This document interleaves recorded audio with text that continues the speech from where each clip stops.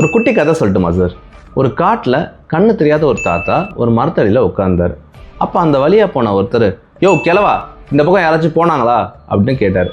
உடனே அந்த தாத்தா, இல்லைங்க, அப்படி யாரும் போகலை அப்படின்னு சொன்னார். கொஞ்ச நேரத்துக்கு அப்புறம் இன்னொருத்தர் வந்தார். அவர் அந்த தாத்தா கிட்ட, ஐயா, இந்த பக்கம் வேற யாராச்சும் போனாங்களான்னு கேள்வி கேட்டாங்க. உடனே அந்த தாத்தா, ஆமாங்க ஐயா, கொஞ்ச நேரத்துக்கு முன்னாடி இதே கேள்வியை கேட்டுட்டு ஒருத்தர் போனார் அப்படின்னு சொன்னாங்க. இன்னும் கொஞ்ச நேரம் கழிச்சு இன்னொருத்தர் வந்தார். அவர் அந்த தாத்தா கிட்ட, வணக்கம் தாத்தா, இதுக்கு முன்னாடி இந்த பக்கம் யாராச்சும் போன சத்தம் உங்களுக்கு கேட்டுச்சா அப்படின்னு கேட்டார்.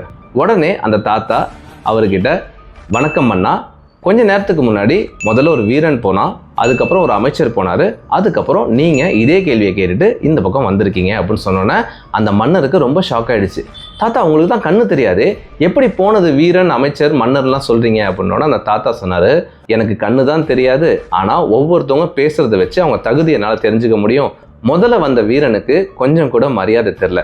யோ தாத்தா, இந்த பக்கம் யாரும் போனாரான்னு கேட்டாங்க. அதை வச்சு அவங்ககிட்ட வீரம் இருக்குது, ஆனால் மரியாதை தெரியாத குணம்னு சொல்லிட்டு அவரை நான் வீரன்னு கண்டுபிடிச்சேன்.